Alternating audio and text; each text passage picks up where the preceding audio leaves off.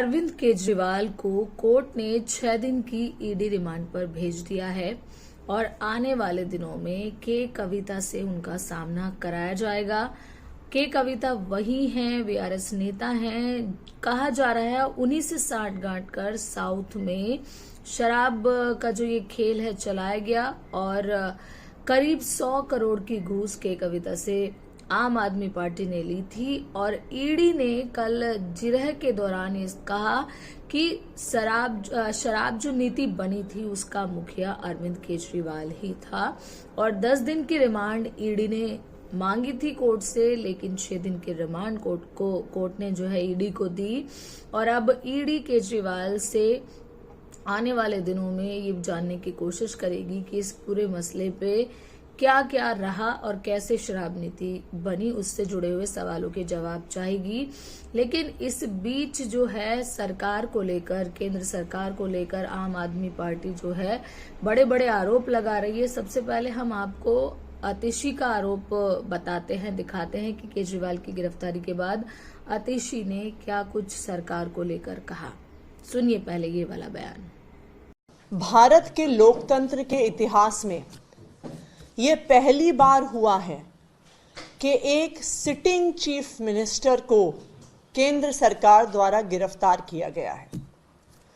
ये भारत के लोकतंत्र के इतिहास में पहली बार हुआ है कि लोकसभा की चुनाव की घोषणा के बाद एक नेशनल पार्टी के नेशनल कन्वीनर को गिरफ्तार किया गया है। ये बिल्कुल साफ है कि अरविंद केजरीवाल जी की गिरफ्तारी भारतीय जनता पार्टी की एक राजनीतिक साजिश है।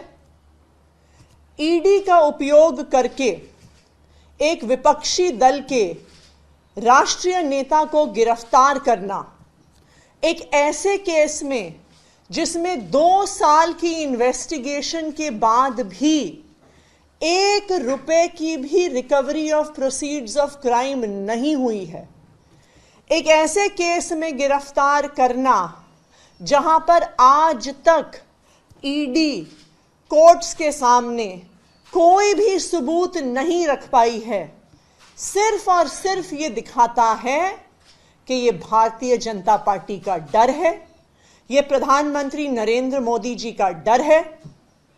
प्रधानमंत्री नरेंद्र मोदी जी को, भारतीय जनता पार्टी को ये लगता है कि अगर देश में कोई एक नेता है जो उन्हें चैलेंज कर सकता है तो उस नेता का नाम अरविंद केजरीवाल है। इसलिए भारतीय जनता पार्टी और प्रधानमंत्री नरेंद्र मोदी जी हर संभव कोशिश कर रहे हैं कि वो अरविंद केजरीवाल को कुचल दें, आम आदमी पार्टी को कुचल दें। और अभी आपको आगे बताएं उससे पहले हम आपको बीजेपी का वर्जन भी सुना देते हैं कि स्मृति ईरानी ने केजरीवाल की गिरफ्तारी को लेकर क्या कुछ कहा। आइए पहले वो भी सुन लेते हैं कि अरविंद केजरीवाल द्वारा चिन्हित विजय नायर के सौजन्य से कुछ विशिष्ट शराब कंपनियों ने बैठकर शराब की पॉलिसी बनाई, तो अरविंद केजरीवाल जी के किसी भी वकील ने इस तथ्य का खंडन नहीं किया। आज कोर्ट में कुछ बैंक ट्रांजैक्शंस का विशेष उल्लेख हुआ। एक बैंक ट्रांजैक्शन ऐसा जिसके अंतर्गत समीर महेंद्रू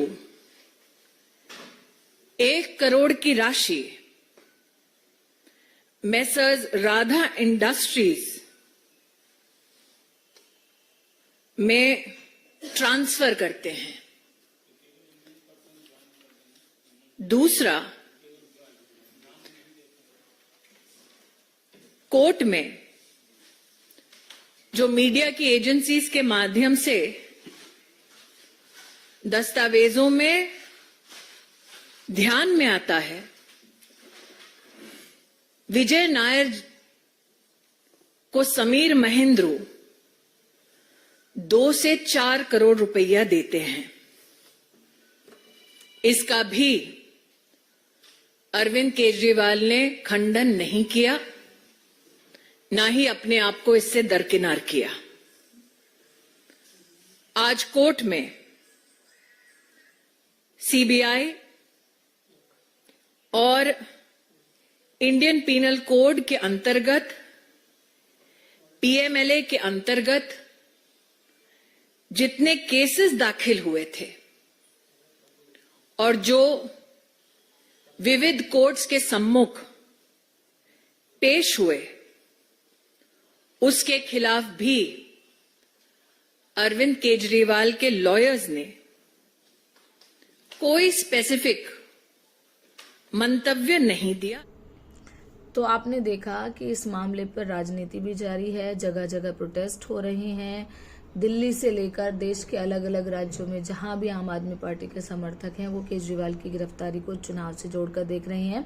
आम आदमी पार्टी का कहना है कि लोकसभा चुनाव से ठीक पहले जिस तरीके से केजरीवाल को गिरफ्तार किया गया है, उसका मतलब, सीधा सा मतलब यही है कि लोकसभा चुनाव से पहले बीजेपी आम आदमी पार्टी को कमजोर करना चाहती है, क्योंकि एक अकेले केजरीवाल ही हैं जो भारतीय जनता पार्टी को सीधी टक्कर दे सकते हैं। अब ये बात भी सामने निकल कर आ रही है कि जो 100 करोड़ की घूस ली गई थी शराब नीति बनाने में, शराब घोटाले में, उसका इस्तेमाल गोवा विधानसभा चुनाव के लिए किया गया। हालांकि केजरीवाल के जो वकील हैं अभिषेक मनु सिंह भी, उनका कहना है कि ऐसा कोई सबूत नहीं है जिसके बिहाफ पर ईडी केजरीवाल को गिरफ्तार करे, लेकिन ईडी का साफ कहना है कि उनके पास ऐसे पुख्ता सबूत हैं जो ये साबित करते हैं कि केजरीवाल ही शराब कांड का पूरा जो है मास्टरमाइंड है, वो ही किंग पिंग है। तो 6 दिन के रिमांड पर केजरीवाल कोर्ट, ईडी की रिमांड पर 6 दिन के लिए केजरीवाल जा चुके हैं। राजनीति जारी है, राजनीति से जोड़कर इस पूरे मसले को देखा जा रहा है। विरोध प्रदर्शन हो रहे हैं, कोर्ट में सुनवाई हो रही है और अब आने वाले दिनों में केजरीवाल का के कविता से सामना होगा।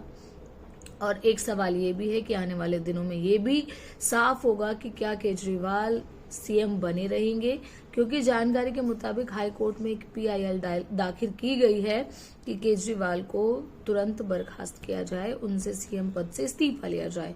तो आने वाले दिनों में इस मसले पर जो भी अपडेट होगी आपको देते रहें। वीडियो अच्छी लगे तो इसे लाइक करें, चैनल पर नए हैं तो सब्सक्राइब करें।